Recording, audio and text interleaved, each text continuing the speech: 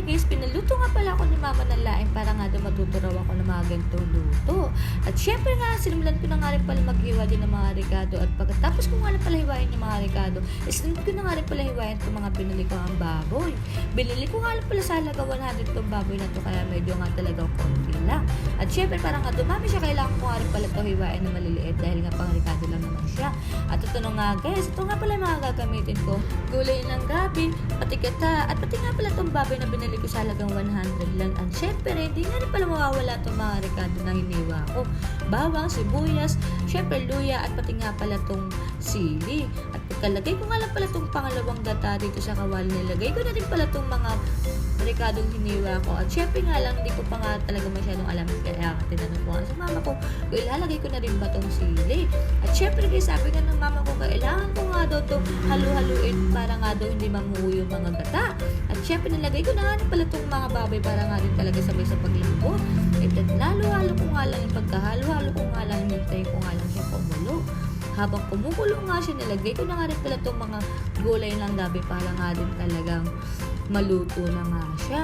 At syempre, para nga talagang kulang nga talaga kami sa gata, kaya medyo di nga talaga namin inubos yung mga gulay. At sabi nga rin ng mama ko, lulutuin na nga lang daw niya kinabukasan para nga makatikim din yung mga kapatid ko.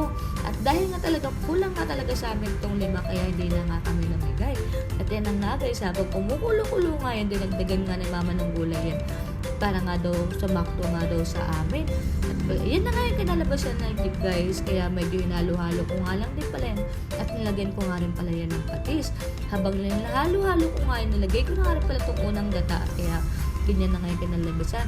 At sabi nga ni mama ko na masyadong haluin dahil nga daw madudurog nga daw yung gulay. Kaya ang ginawa ko na lang, kinalat-kalat ko na nga lang siya at pinabayaan ko nga lang yun ng mga 10 minutes, tapos naging ganyan na nga yung kulay. At yun na nga, sabi nga lang boyfriend ko, sama ko na nga daw siya, baka daw hindi raw kayo naniwala na ako daw nagluluto.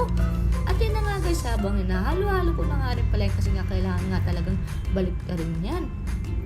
Hahalo-haluin ko nga lang pala ng haluin hanggang sa maging okay na nga yan.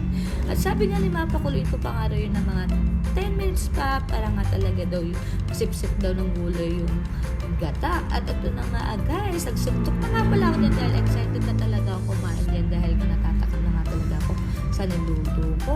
At yan na nga guys, kain na!